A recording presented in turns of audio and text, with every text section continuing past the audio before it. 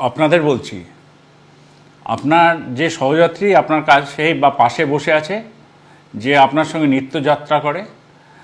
অথচ আপনি জানেন সে হয়তো টিকিটও কাটে না। এইখানেই আমরা পূর্ব রেলের তরফ থেকে একটা স্পেশাল ড্রাইভ নিচ্ছি।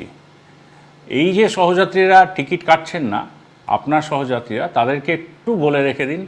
যে যে কোনো দিন যে কোনো মুহূর্তে, যেমন ধরুন তালদি থেকে আমরা হয়তো চাপবো টিকিট চেকিং স্কোয়াড সন্ধ্যে 6টায় বা 7টার সময়,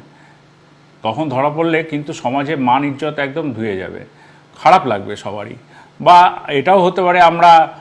যারা হাওড়া ডিভিশনের যাত্রী তাদের কথাও বলছি, তাদের জন্য আমরা হয়তো আরামবাগে চাপলাম, মানে এমন একটা লোকেশনে চাপবো যেখানে হয়তো মানে কোনো দিন আশাও করেননি মানুষজন যে আমরা টিকিট চেকিংয়ের জন্য ওই সন্ধ্যাবেলায় 7টা বা 8টার সময় আমরা টিকিট চেকিং করব। এটা উদ্দেশ্য কিছু নয় যে টিকিট